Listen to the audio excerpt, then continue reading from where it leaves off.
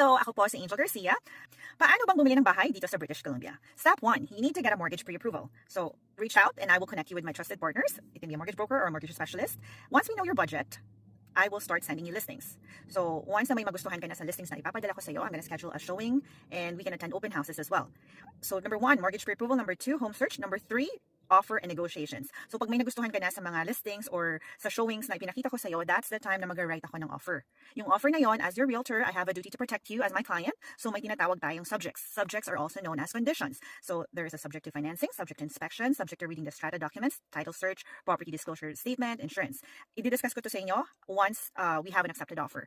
And ang time frame from the condition that we have is 7 days, 7 to 10 business days. Once we are happy with all the subjects or conditions, then we can remove subjects. Once we have removed subjects, ibig sabihin nun, sold na ang property. At ito yung time na kailangan ng deposit. Deposit is part of your down payment. So sa kontrata, I normally put 5% on the contract.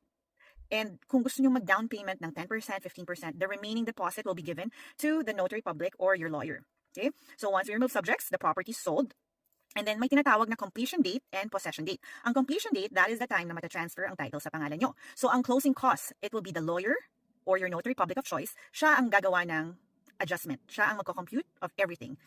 They are responsible for doing all the calculations for doing the adjustment, property transfer tax, property tax, utility bill, strata payment. Sila yung gagawa ng calculation and they will tell you exactly kung magkano yung babayaran mo pag nagkita na kayo on the day of signing with your notary public or lawyer. And the last step is possession day. Possession day is the time na ibibigay ko sa inyo yung susi ng bago nyong property. Congratulations! Ngayon, alam niyo na ang proseso ng pagbili ng bahay dito sa Canada. If you have any questions, you can give me a call at 778-798-4328. Ako po si Angel Garcia. Bye!